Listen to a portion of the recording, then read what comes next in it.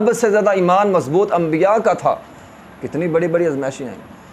ابراہیم علیہ السلام آگ میں پھینک دیے گئے. موسیٰ علیہ السلام، اللہ اکبر، کتنی بڑی آزمائش ہے. فرعون نے 70,000 جادوگر اکٹھے کر لیے. 70,000 جادوگر، 70,000 جادوگر ماہر لوگ ایک پیغمبر کو روکنے آئے ہیں، ایک پیغمبر کو جھوٹا ثابت کرنے کے لیے آئے.